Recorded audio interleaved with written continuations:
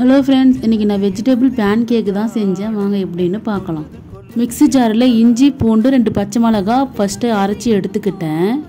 கேக்கு பண்ணுறதுக்காக கோதுமை மாவு, பொட்டுக்கடலை மாவு, அது கூட கோரியண்டர் பவுடர் கொஞ்சம் சேர்த்து எடுத்துக்கிட்டேன். கேக்கு பண்ணுறதுக்காக நம்ம கலந்து வச்சுக்கிற மாவை நம்ம தனியாக எடுத்து வச்சுக்கலாம்.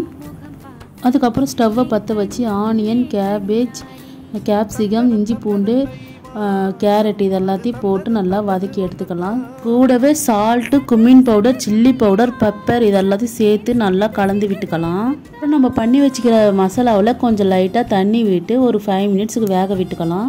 நம்ம கேக்குக்காக எடுத்து வச்சுக்கிற மாவில் நம்ம மசாலாவை எடுத்து கொட்டி நல்லா பிணைஞ்சி விட்டுக்கலாம். கூடவே கொஞ்சம் வாட்டர் ஆட் பண்ணி நல்லா மாவு பதத்துக்கு அதை மிக்ஸ் பண்ணி விட்டுக்கலாம். மசாலா பண்ண பேன்லேயே வடை போல் தட்டி இப்படி ஒரு பெரட்டு அப்படி ஒரு பெரட்டு வேக வச்சு எடுத்தால் பேன் கேக் ரெடிங்க. பிடிச்சிருந்தால் லைக் பண்ணுங்கள்.